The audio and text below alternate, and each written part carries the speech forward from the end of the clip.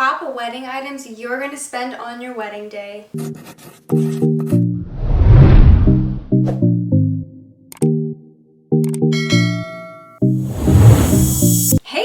Welcome to my YouTube channel, and if you are new here, my name is Jess and I am a wedding planner located in Los Angeles, California, and I'm here in the YouTube community to help any bride or groom who is trying to plan their wedding day and doesn't know where to start. So if you are new here, welcome. Please go ahead and subscribe, like, comment, heart, all of the things, because in this YouTube video we are talking about the good, bad, and ugly of wedding planning. And in today's video we're going to talk about the top wedding items that you'll spend on your wedding day, and to kind of help you so you can budget your wedding. One of the top things that you might not consider when planning your wedding is your guest count.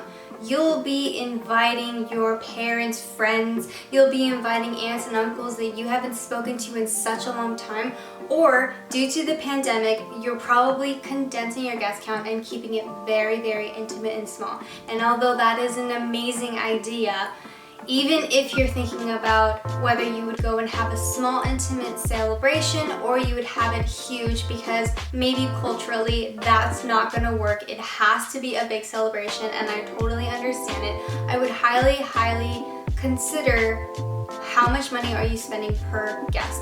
So I've talked about this in many videos before, but when you talk about your guest count, it's not only the food and beverage cost that you're spending per guest, but it's also the type of chairs and cutlery, flatware, glassware, chargers that you're spending on your guests. And so really looking into that. So let's say if you were to increase your guest count by 10 people, that's another table. So what is the cost of that additional table and those 10 chairs and those 10 meals and those 10 plates and chargers and cutlery and glassware and the floral have another centerpiece on that table. So things will add up.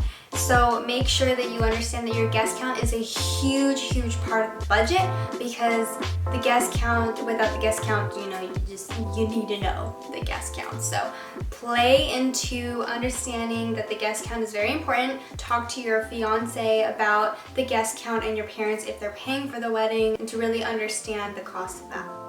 Now that we understand that the guest count is highly crucial, a part of all the things that you're going to be paying for your wedding, the next thing is your venue. So are you going to have an all-inclusive venue, or are you going to have a blank canvas venue? And whatever venue that you choose, there are so many pros and cons to the type of venue that you're going to have. Is it based on scenery? Is it based on cost? Is it based on, does it come with the food and the drinks and the cake and the desserts and all that stuff?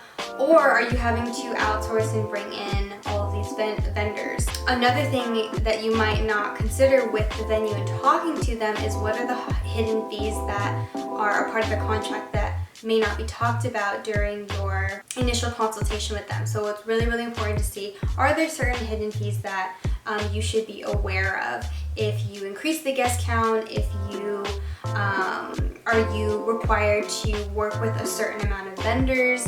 Is there a specific DJ that they need to work with because the DJ's been there before and knows the space?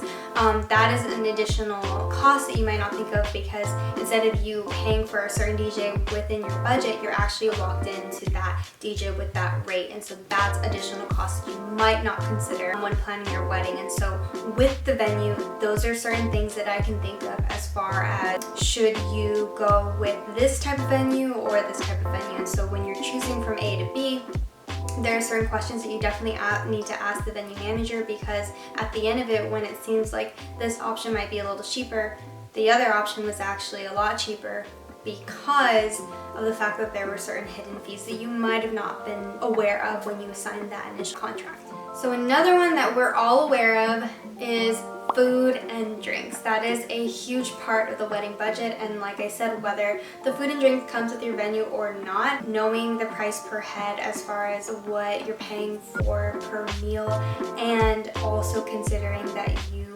probably do want to feed your vendors, like your planner, your photo and video team, the DJ, all of those vendors that are going to be there throughout the reception and throughout the night that might not get a chance to sneak out and go grab something to eat. It's definitely something to consider, and it's actually really sweet being able to provide vendor meals for your vendors, and it ultimately helps you because then the photo and video team can capture certain moments that they won't miss. The DJ's there on cue, and or your vendors aren't starving throughout the night. So definitely feeding them and having vendor meals. And aside from that, you also have the drinks. So for your guest, are you allowing them to, have, or is it going to be a dry wedding, meaning that there's going to be no alcohol, or is there going to be alcohol at the wedding? And if there is going to be alcohol at the wedding, then is it going to be an open bar or is it going to be a cash bar? Is the wedding going to be a full service bar, or is it going to include just beer and wine? And I would say that just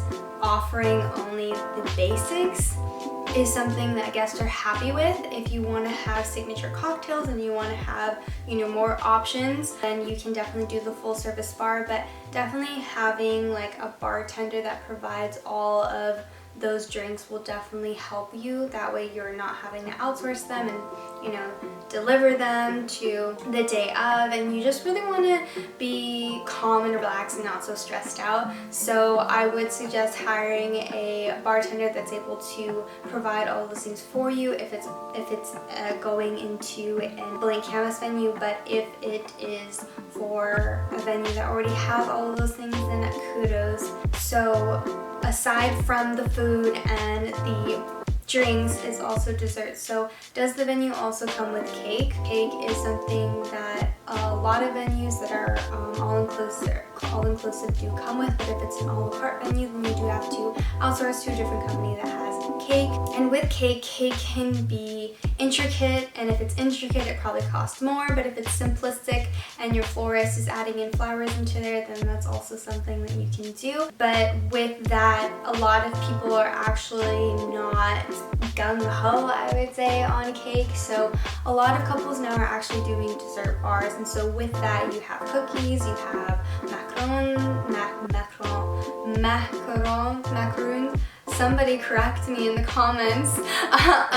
But you know what I mean. And like certain types of desserts that your guests will appreciate for any palate. So you can have guests that like chocolate, vanilla, red velvet, or just certain types of different desserts that might adhere to different palates, because cake might not always be the #1 choice that guests would want to eat. Nowadays, a lot of people will even have fake cakes, which we call faux cakes, and just have a sheet cake in the back. And so instead of like wasting all of these consumable like goods and stuff, you definitely want to make sure that you have the right proper amount of guest count. That way you have the right amount of food and the right amount of drinks and the right amount of desserts. So that is why it's very, very important to understand your guest count, understand the venue, and understand food, drinks, and cake. It all comes full circle. There are of course other vendors that you might spend a lot on, but these are the most common items in most wedding budgets that people are spending so much money on that they don't consider to have enough money to pay for other things.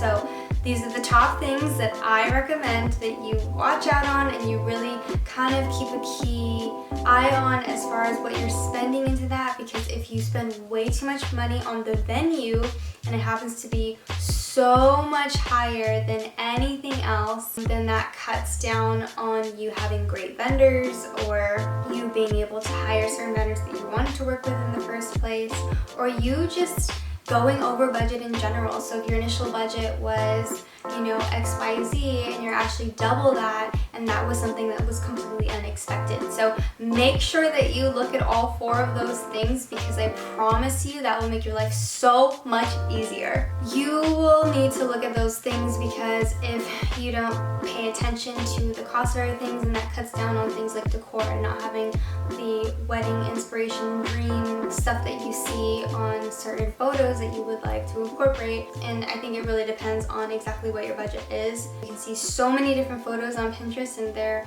going to be spectacular and amazing because people put their best work out there, of course, but definitely looking and asking vendors, you know, what is the cost of XYZ, so you can get a certain estimate on like what that specific decor item you want out of it will fit within your budget.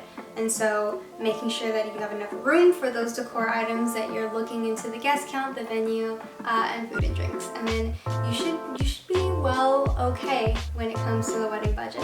I really hope this video helped, and if it did, please make sure to give it a big thumbs up, like, comment, all of the things, and I will see you guys at the next video. Bye!